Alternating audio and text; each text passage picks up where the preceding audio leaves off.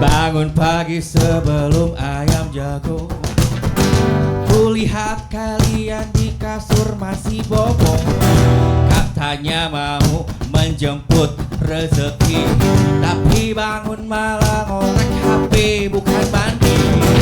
Target cicilan karpet, lupa dandan, lupa makan, lupa pasangan.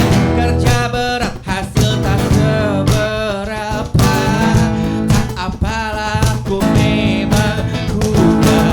Bukan iri mungkin frustasi, gampang menyerah padahal muda. Aku sudah skillful cari muka multitasking, giliran kalian masih bisa flexing. Sudah capek masih kere, buka marketplace jual HP. Bisa libur kalau tipes akhir bulan tambah upload. Tuh sambil tidur dulu, robot habis baterai, robot habis baterai, robot habis baterai, robot habis. Ngomongnya sih ingin jadi konglomerat, tapi hidup masih belum. Hei, kita bukan pejabat. Ngomongnya sih ingin rumah impian, kerja berat penyakit kumat, jauh dari makan, gajian tinggal otak puter. Hidup foya-foya hedonisme paling bener. Bayar tuh by letter, bayar tuh by letter. Sudah capek masih kiri, buka marketplace jual HP. Bisa libur kalau tipes akhir bulan tambah upload. Sambil tidur dulu, robot habis baterai, robot habis baterai, robot habis baterai, robot habis baterai.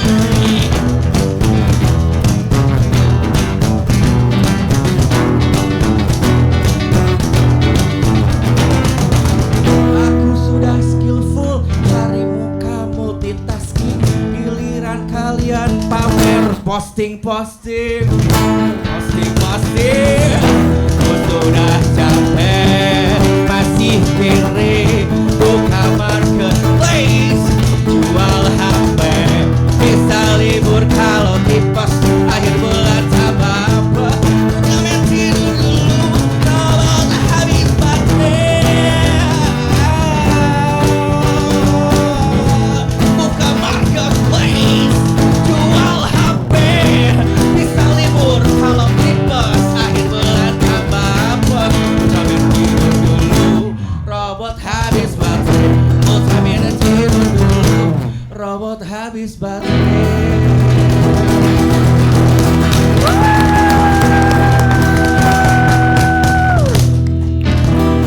Alright, welcome peeps, welcome to Gigs Sore Hari by teman senior bicara.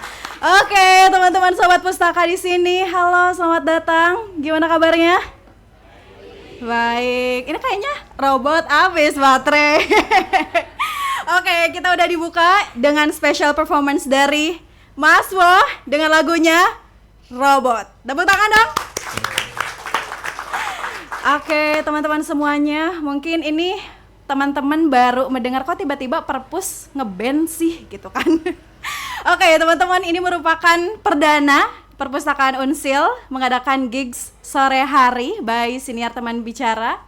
Biasanya kan ada podcast Siniar Teman Bicara, itu biasanya berdiskusi dengan para akademisi, dengan mahasiswa berprestasi, dengan penuh inovasi, kreativitasnya segala macam. Kini, hari ini, jam sekarang, detik ini, menit ini, kita special launching gig sore hari by Perpustakaan Unsil. Oke, aku mau mungkin spill sedikit apa sih Kak gig sore hari ini gitu ya. Tadi kan Unsil, Perpus, literasi tiba-tiba ngeband gitu. Jadi teman-teman di gig sore hari ini kita mau brainstorming mungkin bareng-bareng bahwa literasi itu tidak terbatas hanya dengan bacaan, tulisan gitu kan. Tapi dengan musik juga itu juga literasi. Kita juga mau mengapresiasi para kreator-kreator lokal. Tentunya di sini sudah hadir Mas Wo and team. Shout out. Dan kita juga kedatangan artis. Oke, ini kreator juga di bidang kepenulisan. Ini dia Teh Kuya Ijo. Beri tepuk tangan. Halo Teh, apa kabar? Terima kasih Kerang semuanya yang udah hadir. Baik, kabar baik. Alhamdulillah baik ya. Oke teman-teman, Teh Indri ini ada sapaannya Teh Indri, Teh Kuya Ijo, ada Alex Wonderland. Itu nama akun. Nama akun. Ya, mungkin aku sapa aja Teh Indri ya. Teman-teman bisa follow mungkin kegiatan-kegiatan beliau di Instagram @kuya_. Pakai underscore ya? Pakai underscore Ijo. Jadi Teh Indri ini merupakan orang dengan multi talenta ya, bisa dibilang multi talenta karena yang dia kerjakan guys dari berbagai lini gitu ya. Menulis fiksi mini dengan genre yang agak-agak plot twist, thriller seperti itu ya. Saya penikmatnya, suka di post ya di story. Juga menulis juga karya-karya sastra lainnya, menerbitkan banyak buku. Kemudian juga tebak guys, profesinya apa? Profesi asli dalam kehidupan yang normal ini. Penulis? Artis kan tadi. Beliau juga merupakan seorang notaris, guys. Tepuk tangan dong. Oke, luar biasa sekali. Teh Indri gimana nih? House life gimana? Hari-hari berjalan sekarang ini? Ya, sebenarnya ini juga pertama kali saya istilahnya bincang-bincang di skup yang lumayan gede. Biasanya sih di skup kecil kayak cuman 2-3 orang gitu yang hadir. Sekarang mungkin ribuan ya di sini.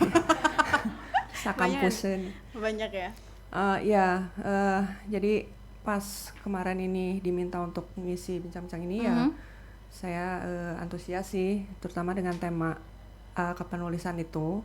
Keseharian saya ya seperti yang tadi Kerang bilang, weekday saya di kantor. Tadi juga dari kantor. Kalau weekend ngelamun. Ya, karya-karya dari ngelamunnya itu biasanya saya posting di Instagram juga. Ya. Tulisan-tulisan atau lukisan. Cuman sekarang lagi off dulu kayaknya ya. Perlu apa? Meditasi lebih ini. Perlu healing dulu. Oke, Teh Indri sebenarnya kemarin ada fakta menarik sih guys gitu ya tentang Teh Indri. Dia tuh punya berapa jurnal? Diary yang jurnal itu? Ya, jadi kepenulisan itu bukan cuma buku yang diterbitkan sih, kumpulan cerpen atau novel, tapi setiap hari saya menulis dalam bentuk diary yang saya memang udah nulis sudah lama banget dari kelas 3 SD sampai hari ini gitu. Kayak jurnal aja nulis. Iya. Udah ada 39-an buku lah. 39 buku guys. Itu per tahun berarti ya? Enggak per tahun. Oh enggak. Per tema kehidupan. Mau nanya umur ya. Kelas 3 tambah 39. Jangan gitu ya guys. Jangan ditebak kayak gitu.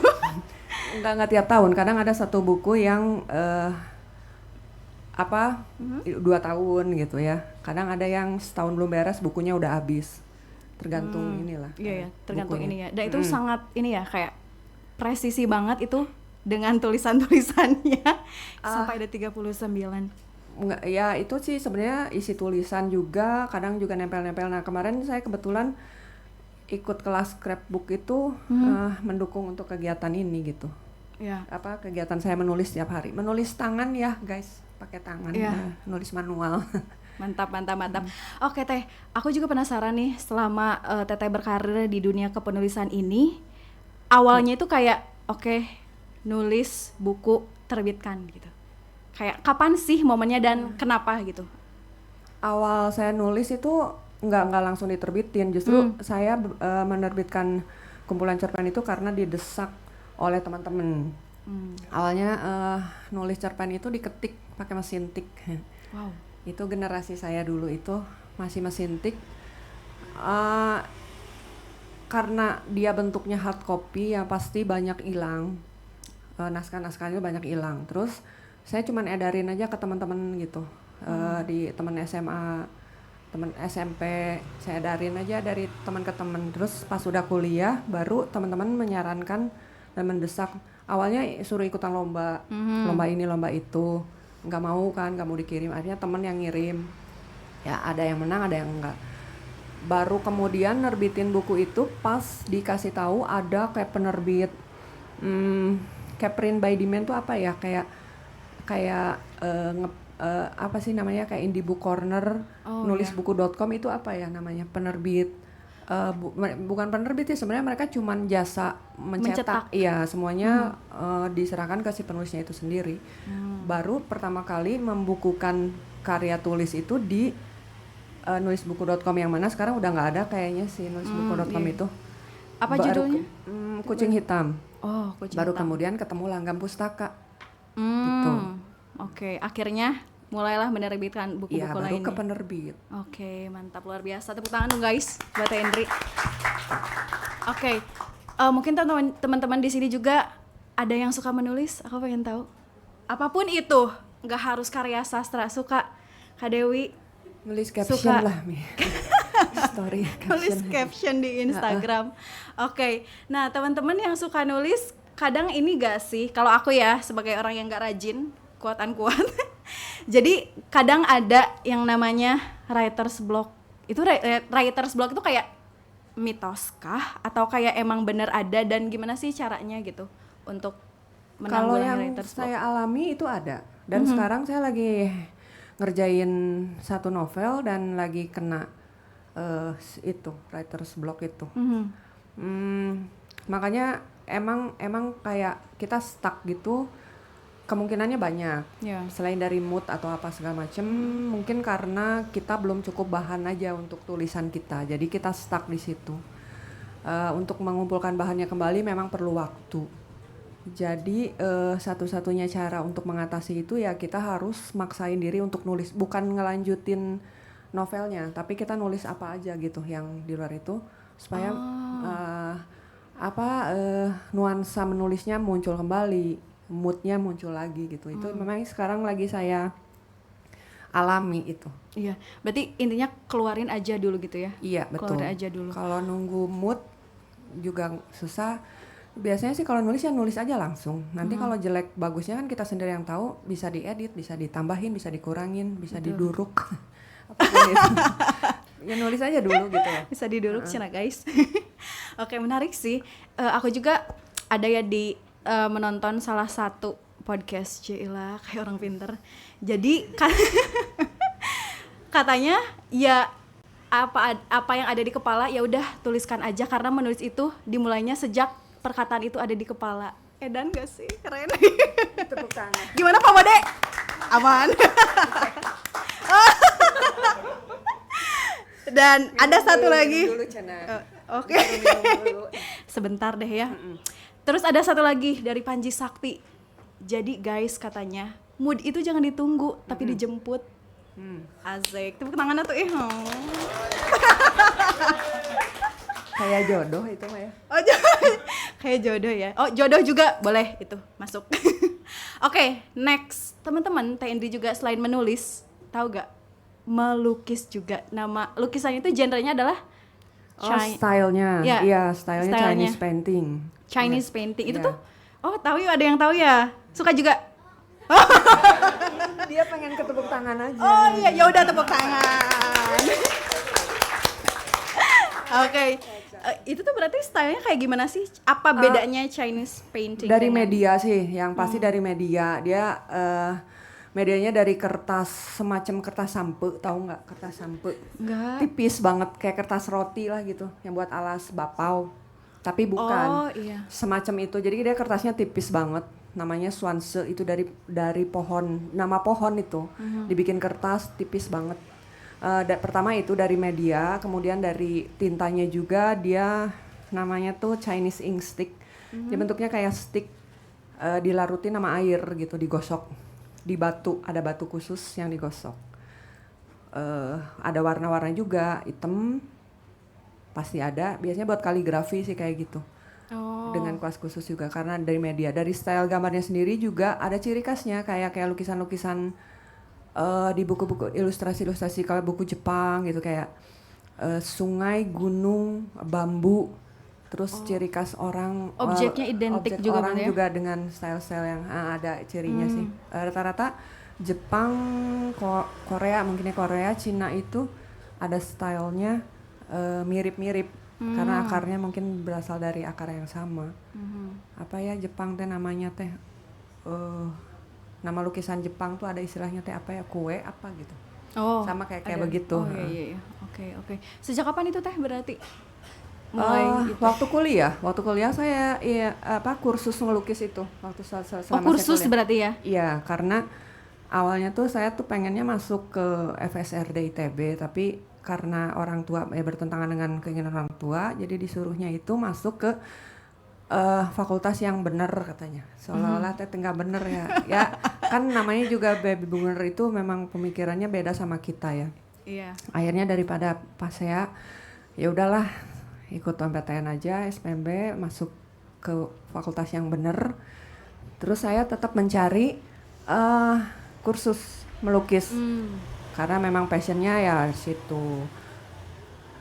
Selama kuliah kursus lah melukis begitu. Berarti biasanya ngelukis itu apakah emang diseriusin, ada pamerannya, atau kayak just for hobby, atau lagi pusing pokoknya mah? Ya hobi. Memang buat hobi, buat konsumsi pribadi.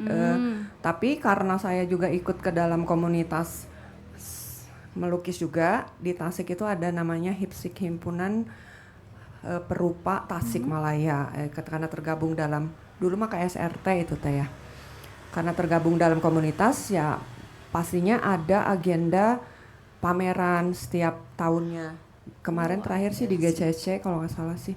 Cuman yang tahun ini saya nggak ikutan. Pameran tunggal pernah tahun 2023.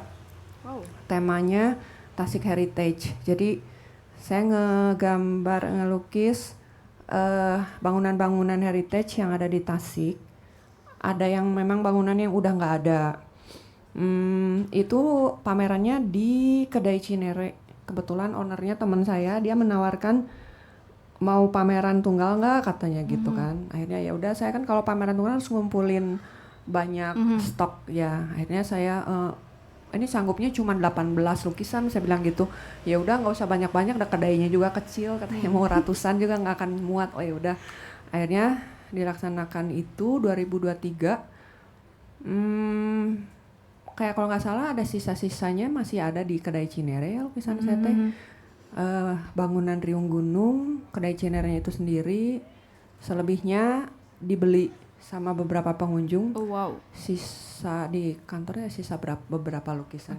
Termasuk yang lukisan itu gak sih yang hotel yang di dekat Langgam? Penginapan Sunda. Iya. Itu juga kan? Itu juga, tapi udah dibeli sama orang aduh saya lupa nama tempatnya, tapi dia itu di Papua lah pokoknya. Teman-teman notaris juga, tapi dia ada wilayah kerjanya di Papua. Itu penginapan Sunda ada di Papua sekarang. Lupa saya nama kotanya. Soalnya di sininya dibongkar. Iya. Tinggal arsip file soft copy aja sisanya sekarang. Ya mantap.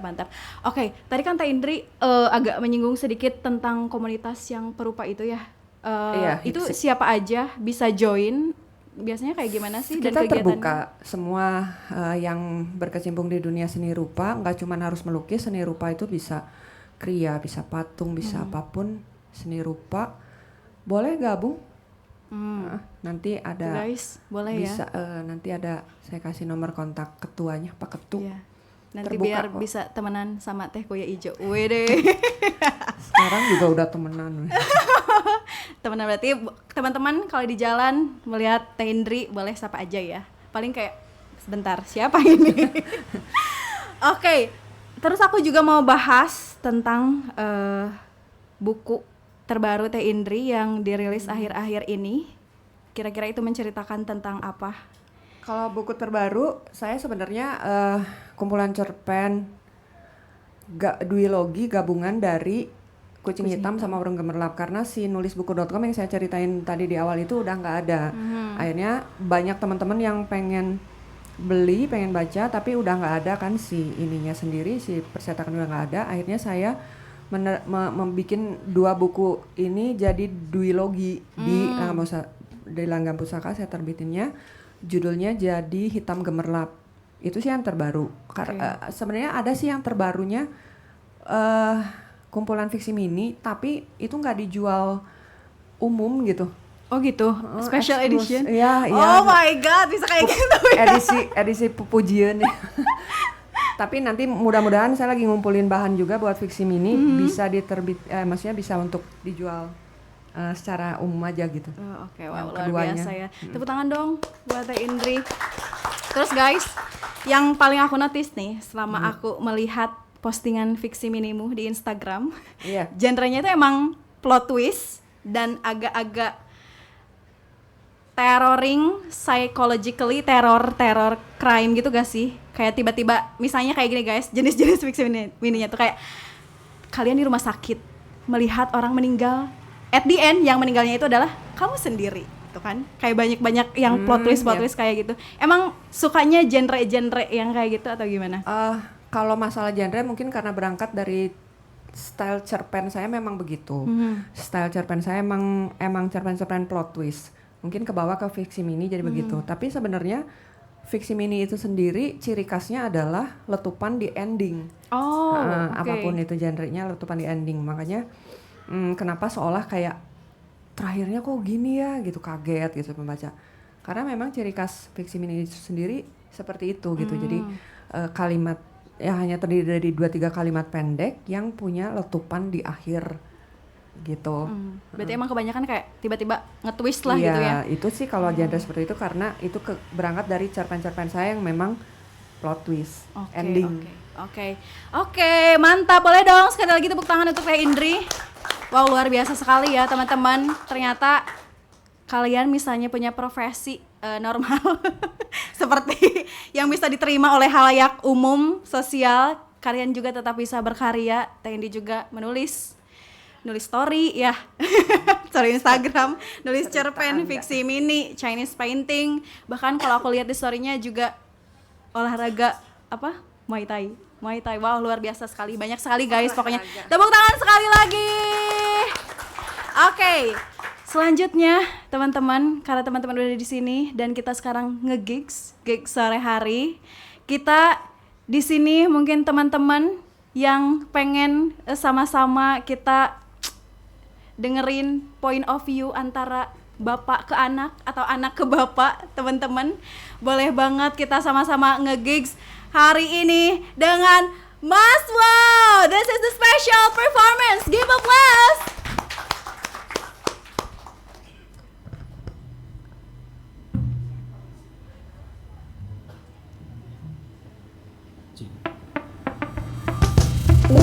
Hai Bapak, apa kabar menghadapi hidup yang tak tentu? Kadang teriak pun malu-malu, pura-pura gaduh. Sok kuat dengan hidup, sok kuat dengan masalahku. Bapak, aku ingin punya rumah karena teman-temanku bilang kita ngontrak.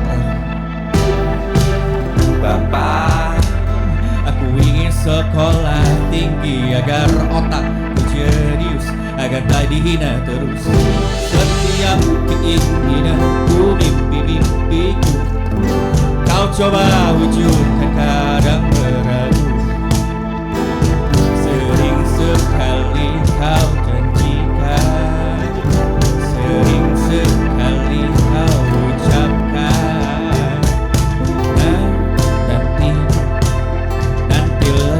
Nanti Bapak belikan karena sudah ada uangku. Nanti lagi, nanti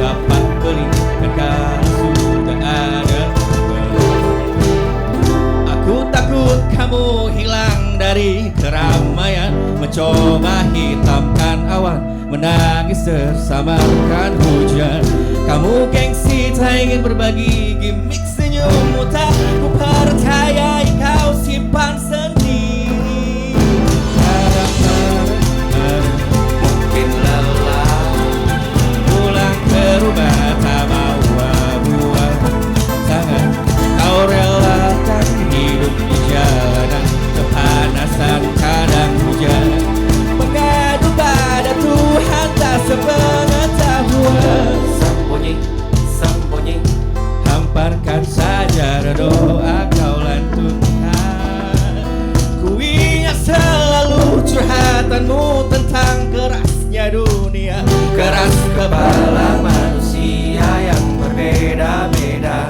Oh, nasihatmu dan amanatmu kan ku jaga selalu. Itu sisi romantisnya dirimu.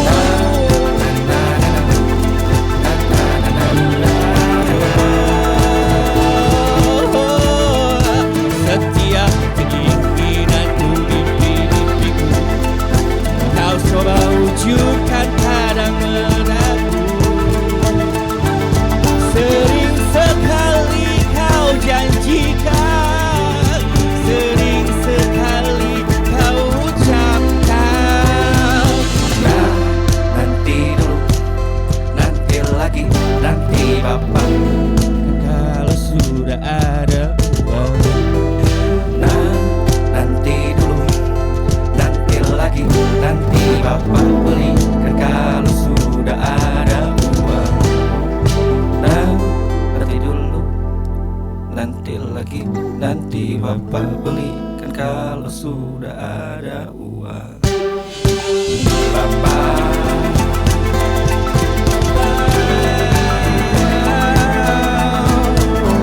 Boleh teman-teman semuanya bantu Mas Bo untuk teriak Bapak bareng-bareng. Teriak Bapak bareng.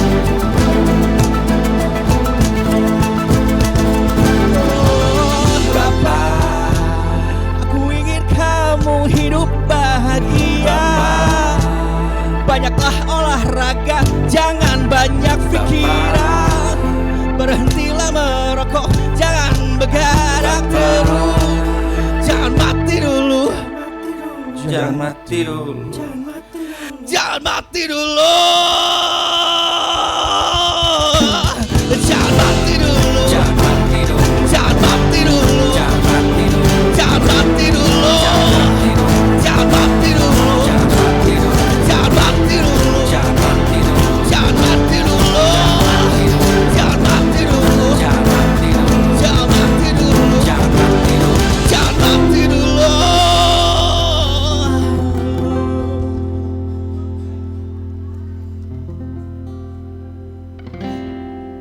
Give it up for Mas Wo dengan judul lagu Hey Bapak.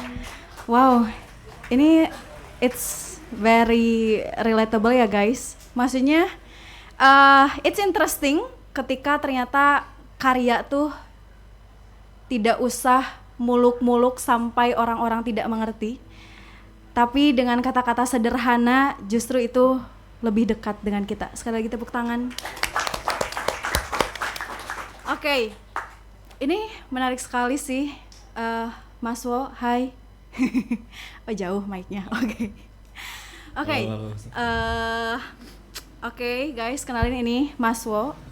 Terima kasih yang sudah hadir, terima kasih yang sudah datang. Oke, jujur aku juga pertama kali ketemu. Dan pertama kali juga ketika diajak sama tim yang tim Perpus, kayak kita akan ada gigs gini, terus aku langsung scroll, wow, kayak karya-karyanya. Salute, shout out to Mas Wo and tim, luar biasa sekali, tepuk tangan sekali guys. Oke, terutama kita ngobrolin lagu yang ini ya, yang Hey Bapak ini. Aku suka lirik yang nah nanti dulu. Itu nanti lagi apa nanti dulu lagi sih? Bentar. Itulah kayak itu kan kayak percakapan kita sehari-hari gak sih? Kayak anak ke bapaknya. Nah bentar ya, nanti lagi, nanti dulu gitu. Aku penasaran gimana sih story behind lagu ini, Mas Wo? Oke.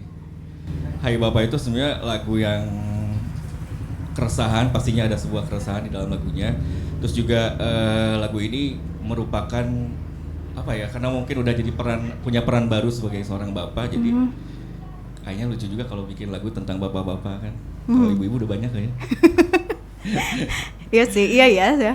Terus juga dibikin kayak ada 2 percakapan anak dan bapak.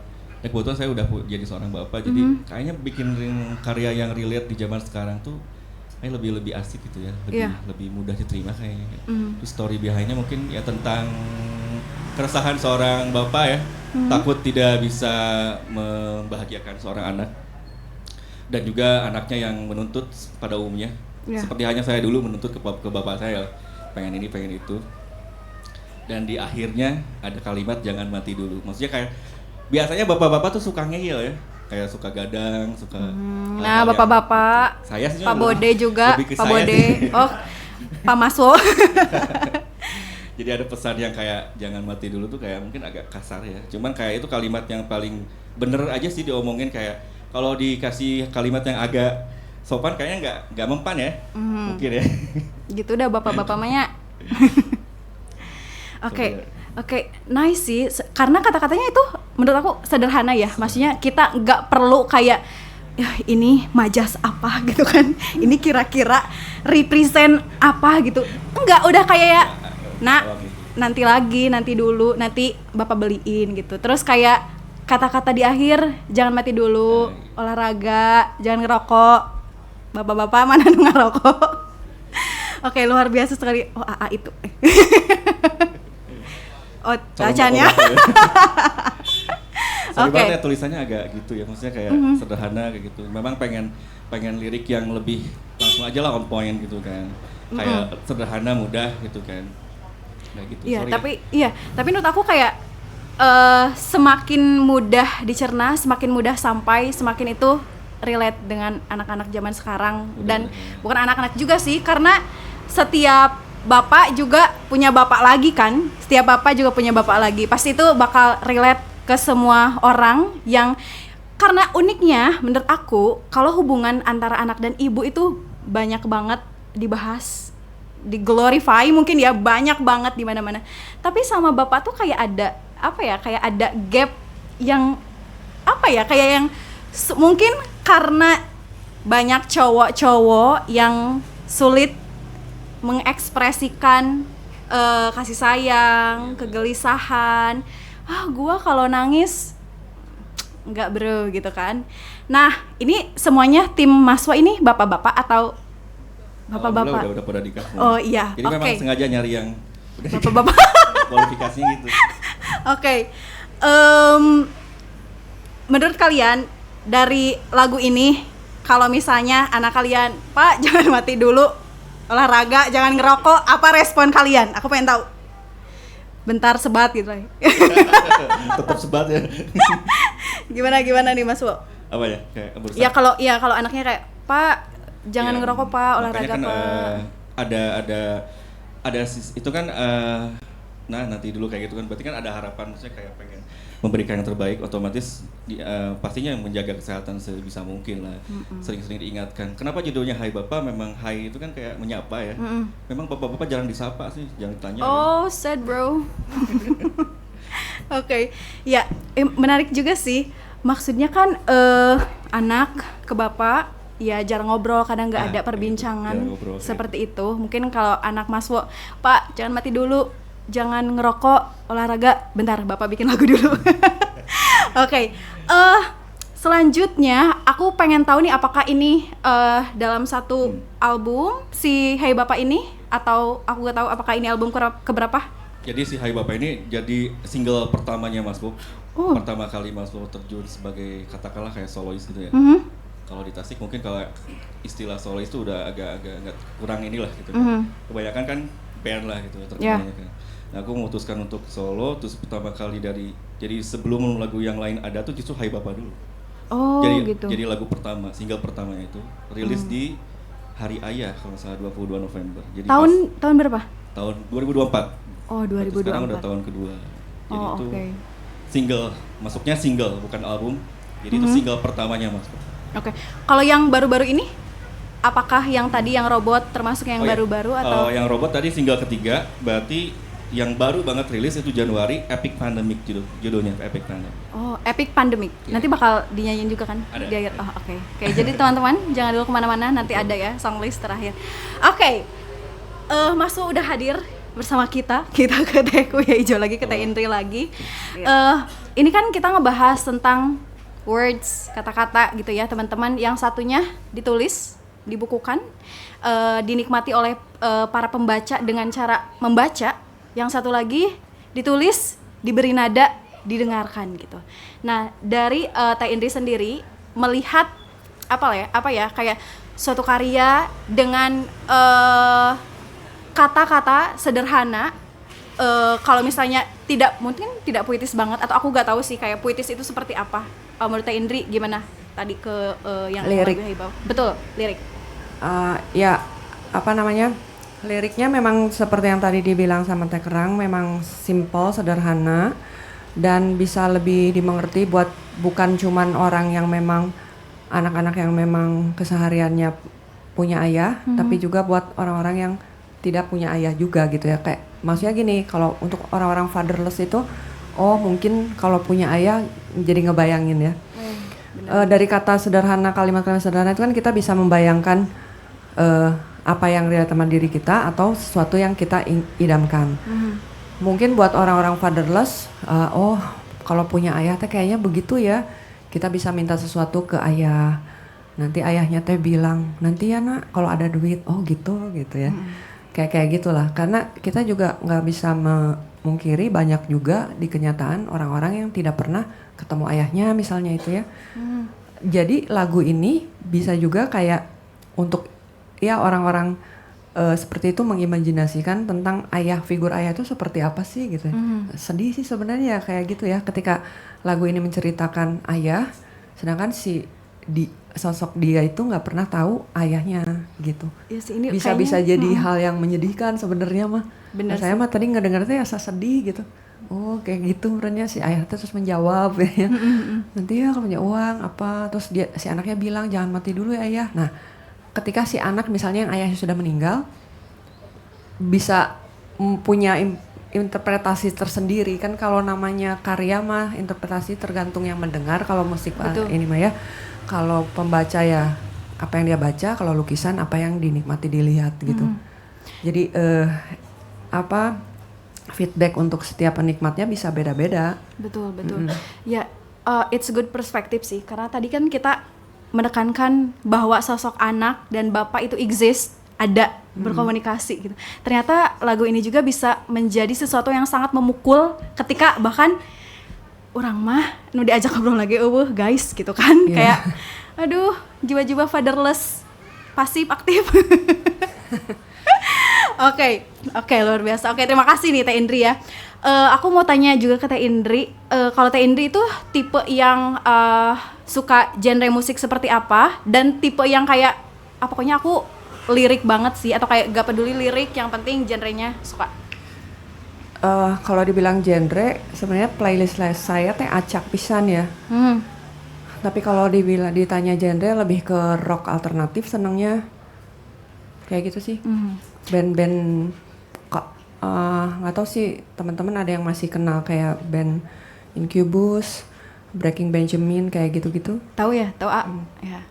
Aku mah nggak tahu soalnya. Kalau band-band sekarang sih agak, karena generasi saya itu sebenarnya selera musik itu berhenti di tahun 2000 sebenarnya. Oke, menarik. Sebenarnya sih. Jadi apa yang saya dengarkan itu lagi-lagi band masa saya remaja, masa saya kuliah gitu. Kalau di playlist mah acak, lagu-lagu zaman sekarang ada, lagu pop Indonesia ada, lagu soundtrack film kartun ada, anime ada, segala macam ya. Oke, mantap. Oke, balik lagi nih ke Mas Mo. Aku pengen tahu si Hey Bapak ini tuh proses menulisnya seperti apa, atau proses pembuatan lagunya seperti apa sih? Kan kadang ada yang aku tahu musisi itu nulis dulu lirik, nanti kasih nada, atau kayak hemming dulu baru ini. Gimana sih gitu prosesnya? Jadi sebenarnya awalnya gini, pada saat Mas memutuskan untuk berkarya sendiri, gitu kan, berarti kan harus diputuskan dulu mau bercerita tentang apa, ya kan? Positioning Nah, ya. awalnya seperti itu semua. Ya udahlah, nyari yang deket dari Mas Po yang sedang dikerjakan gitu kan. Karena peran udah jadi seorang bapak dan bekerja juga, ya udahlah ngomongin keresahan kerja aja, ngomongin keresahan jadi seorang bapak gitu kan. Nah, habis itu biasanya kalau bikin lagu tuh judul dulu biasanya. Oh, judul dulu. Jadi kadang seenak hati pengen bikin lagu judulnya ini terus nyari ada kayak gitu si materi itunya. Nah, gak tahu kenapa waktu itu pengen nyeritain tentang orang tua lah, intinya tentang orang tua, nggak langsung bapak gitu ya. Tiba-tiba aku kan udah punya anak nih, anakku udah 2 tahun lebih tuh udah bisa lancar ngobrol. Tiba-tiba dia manggil gitu kan kayak bapak gitu kan. Kayak lucu juga kalau bikin lagu tentang bapak gitu kan, karena dia cukup deket lah dengan saya gitu. Jadi prosesnya waktu itu bikin dulu judulnya Hai Bapak deh. Kayak bagus nih, kayak sapaan gitu kan. Kayak bapak-bapak kan kadang merasa so hebat, so kuat, padahal dia sebenarnya pengen disapa juga, pengen di ini lebih ke ditanya aja gimana kabarnya kayak gitu kan. Oh, deep bro. Gitu kayak gitu ya. Dalamnya. Kayak gitu. Akhirnya penulisannya sebenarnya awalnya dari judul dulu, baru itu tiba-tiba aja ngalir kayak gitu.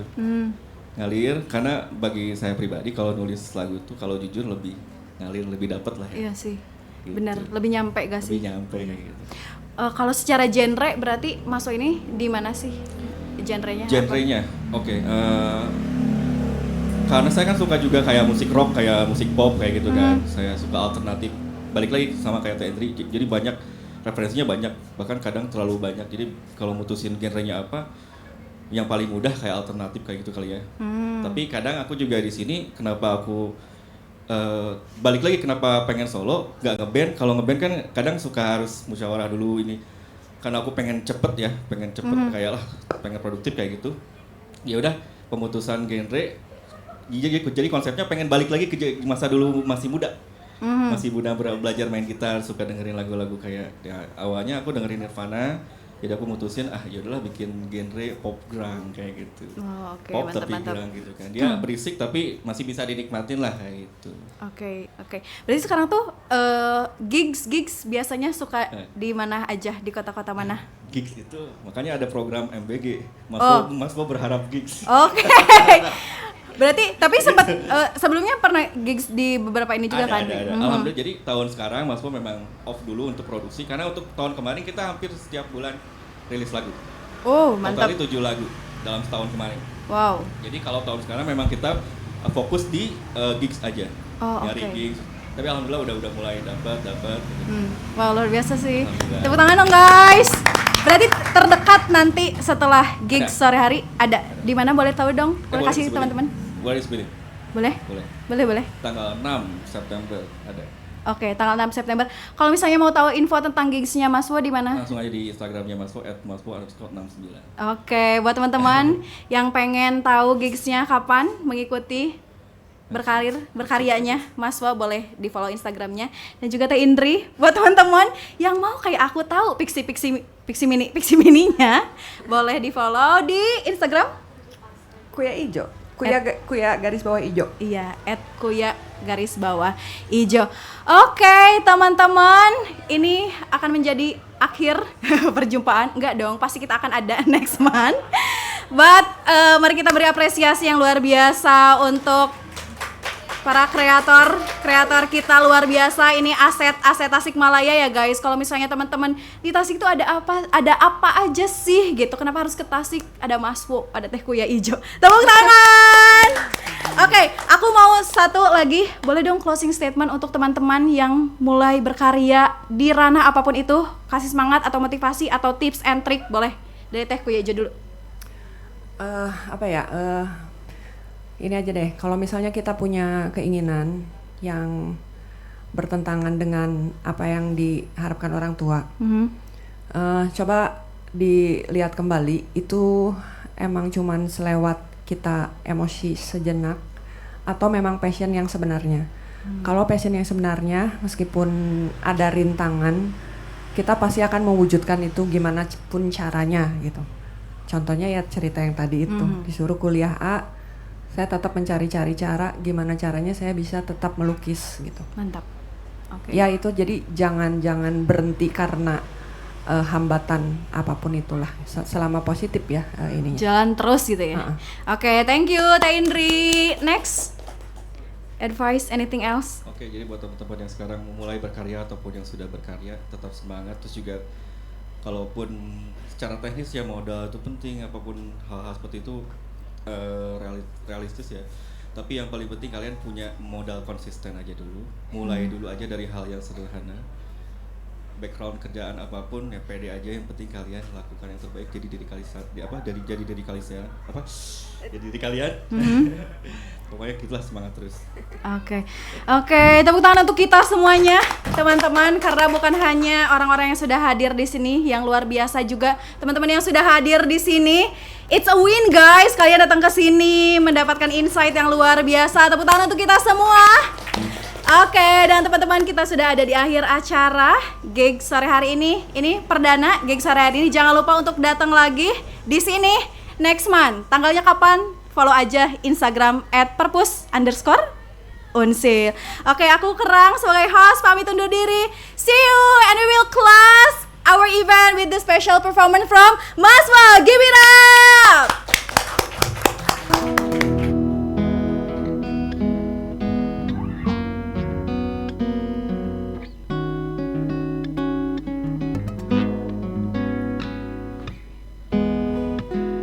Di jalanan bagai sirkuit ambulan,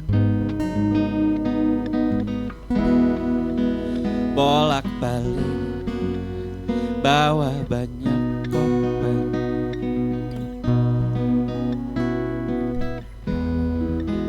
Speaker toa di masjid saus-saus,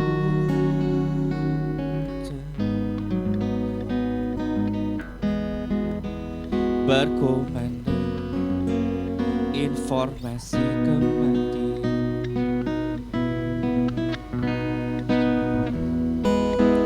Berita di TV jadi bahan tontonan. Setiap saat jadi pusat kekhawatiran.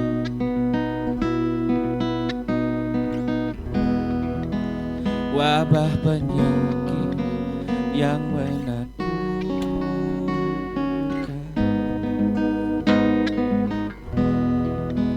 teror bagi orang yang tak kuat iman. Kini jadi serba salah, rasanya ingin pindah ke planet Mars atau orang bawah tanah. Si virus menyerang yang lemah, tak peduli rakyat, polisi atau manusia gagah. Orang sabar, orang sombong, semua terbaring kalah. Jujur yang sudah bohong, kini sampai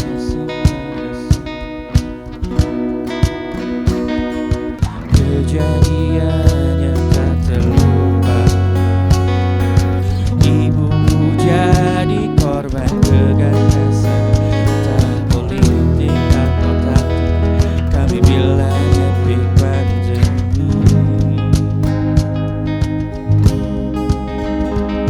Sebar lewat udara, lalu ke dalam pikiran. Sekarang influenza tersiksa ketakutan.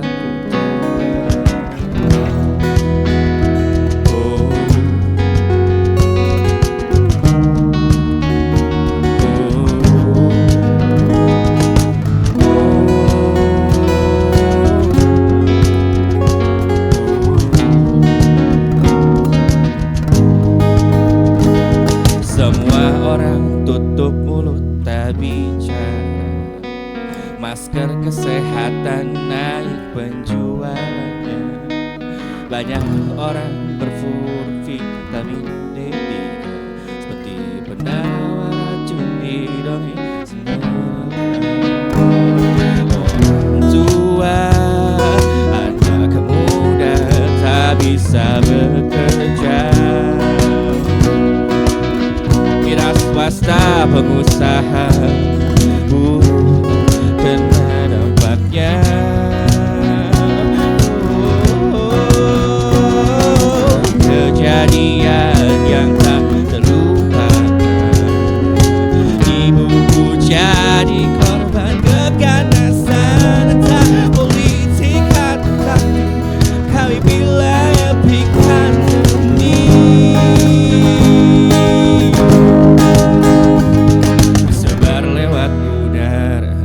lalu ke dalam pikiran setara influenza, tersiksa ketakutan.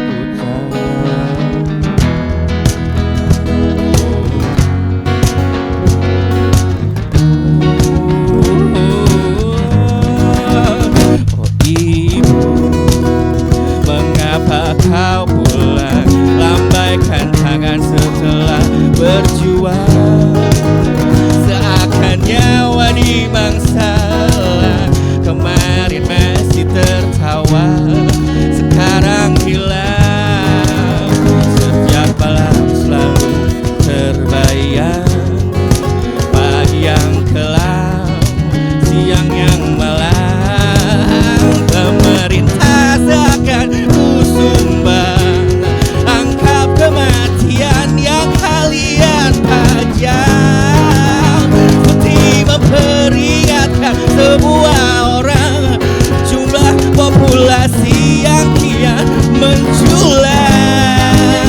Jabat tangan, berpelukan tak ada, tebalkan tangan bersiap kuda-kuda.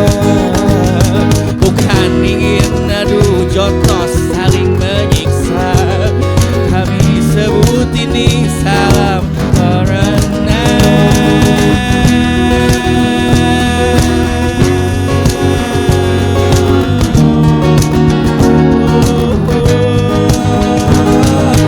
Kejadian yang tak terlupakan, ibuku jadi korban keganasan, entah politik atau taktik, kami bila berikan demi. Sebar lewat udara, lalu ke dalam pikiran setara influenza, tersiksa ketakutan.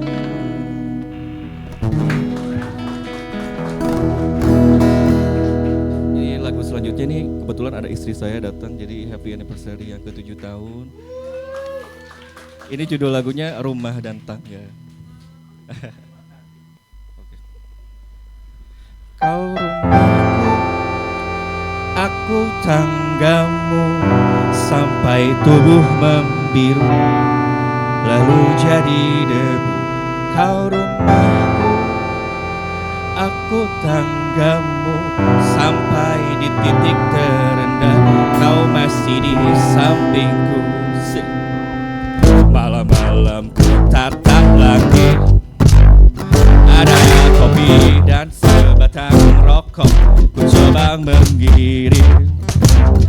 Ada banyak hal yang ku pikirkan, apa besok masih bisa kita makan, masih bisakah ngutang ke warung ucap bisa. Ternyata tak seindah waktu hujan ku dambakan, hidup bersama di bayang-bayangi perpisahan. Apalagi jika tak ada penghasilan gaji bulanan, namun ku putuskan akan tetap ku lanjutkan. Untung ada kamu, walau kadang pusingkan ku. Kau rumahku, aku tanggamu, sampai tubuh membiru lalu jadi oh.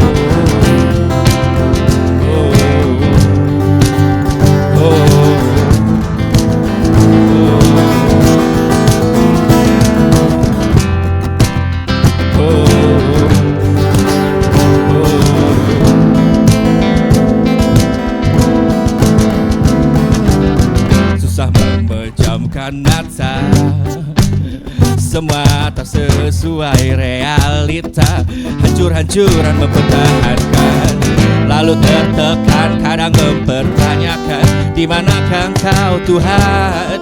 Rasanya ini tak adil Tuhan, ucap lisan. Ternyata semua salah, Tuhan tak pernah tidur, halalkan segala macam cara karena kita terbentur. Kini ku yakin bukan lagi doa yang kurang manjur. Apa mungkin kalau kita sering lupa bersyukur? Untung ada kamu, tanpa harap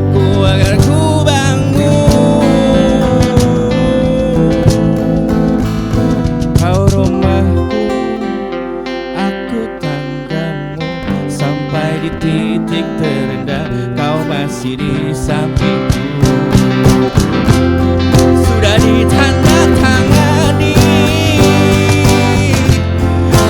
sudah disumpah mati di depan para saksi-saksi, janji sehidup semati, janji sehidup semati.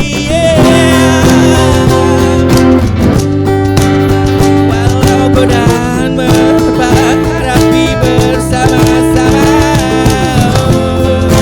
harus saling percaya, tak ada pelajaran jadi orang tua, tak ada pelajaran jadi manusia sempurna, tak ada pelajaran jadi orang tua, tak ada pelajaran jadi manusia sempurna, tak ada pelajaran jadi orang tua. Kau rumah, aku tanggamu.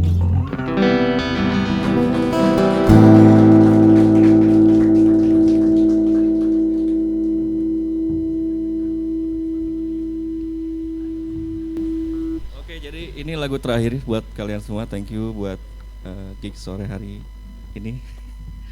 Teh Indri terima kasih, dan buat Kak Kerang juga terima kasih banyak.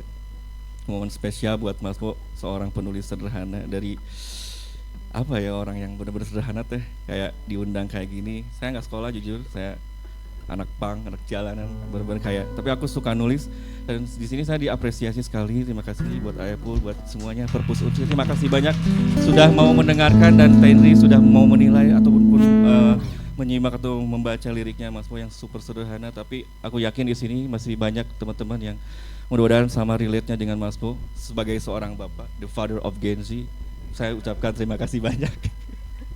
Yang sudah menikah, welcome to the jungle. Dan kalau yang belum, persiapkan. Ke sana ya, lihatnya aman-aman. Lagu terakhir, judulnya Kehidupan. Kenapa kehidupan? Karena memang hidup harus dibawa fun ya. Tapi terlalu fun. Oke, jadinya funnya tuh jadi fana gitu ya. Oke. Tidak kehidupan.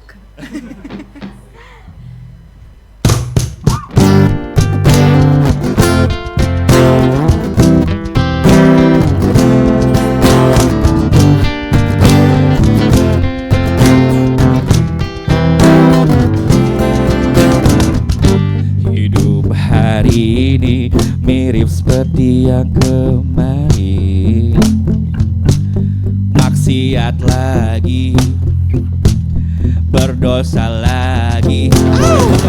Selalu saat kena musibah langsung ingat Tuhan,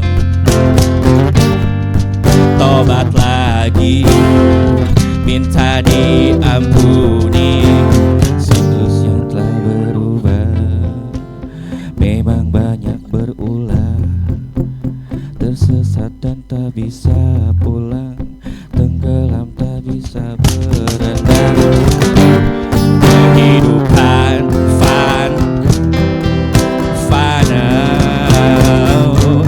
kehidupan fana. Kisah hari ini mirip seperti yang kemarin. Oh, menipu lagi, pandai memanipulasi. Selalu saat kena musibah langsung ingat Tuhan dong. Yo, nangis lagi, minta ditolong lagi. Habit sudah begitu, dasar memang batu, tersesat dan tak bisa keluar, licin bagaikan belut dan ular. Kehidupan fana, kehidupan fana, kehidupan fana, dunia sementara, akhirat selamanya.